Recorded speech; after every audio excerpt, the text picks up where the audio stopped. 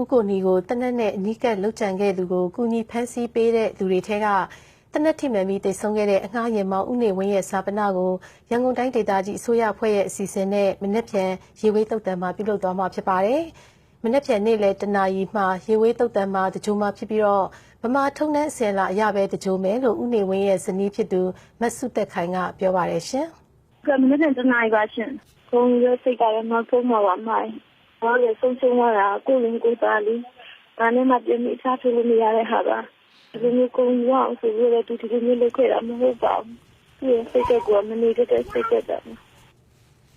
ကလေးစိတ်ကအငှားရင်မောင်းတွေကတဦးဖြစ်တဲ့ဦးနေဝင်းဟာလောက်ကျန်သူကိုအုပ်နီခဲနဲ့ပြစ်ပေါက်ခဲ့ရမှာလောက်ကျန်သူကတနက်နဲ့ပြန်ပြီးတော့ပြစ်ခတ်ခဲ့တာကြောင့်စီးအိမ်ကိုကြည်စံထိမှန်ပြီးတော့တိတ်ဆုံးခဲ့တာဖြစ်ပါတယ်။အသက်48နှစ်အရွယ်ဦးနေဝင်းဟာတရုတ်လူမျိုးဖြစ်ပြီးရန်ကုန်ပြည်ဆိုင်ရာလေးစိတ်မှာအငှားရင်မောင်းလုတ်ကင်နေတာ10နှစ်နီးပါးရှိပြီလို့လည်းသိရပါတယ်။တိတ်ဆုံးသူဦးနေဝင်းမှာဇနီးတဲ့နဲ့အသက်9နှစ်4နှစ်နဲ့45ရက်သားအရွယ်ကလေး3ဦးကျန်ရက်ခဲ့ပြီးဒီကျန်ရစ်သူမိသားစုဝင်တွေအတွက်ပုဂ္ဂလိကကုမ္ပဏီတွေလူပုဂ္ဂိုလ်တဦးချင်းစီနဲ့အဖွဲ့အစည်းတွေကနေအလှူငွေတွေထည့်ဝင်လှူဒန်းနေကြပါတယ်။ဦးနေဝင်းရဲ့ကလေး3ဦးရဲ့ပညာရေးကိုထောက်ပံ့ဖို့အတွက်88မျိုးဆက်ငင်းငယ်ရေးနဲ့ပွင့်လင်းလူဖွဲ့စည်းက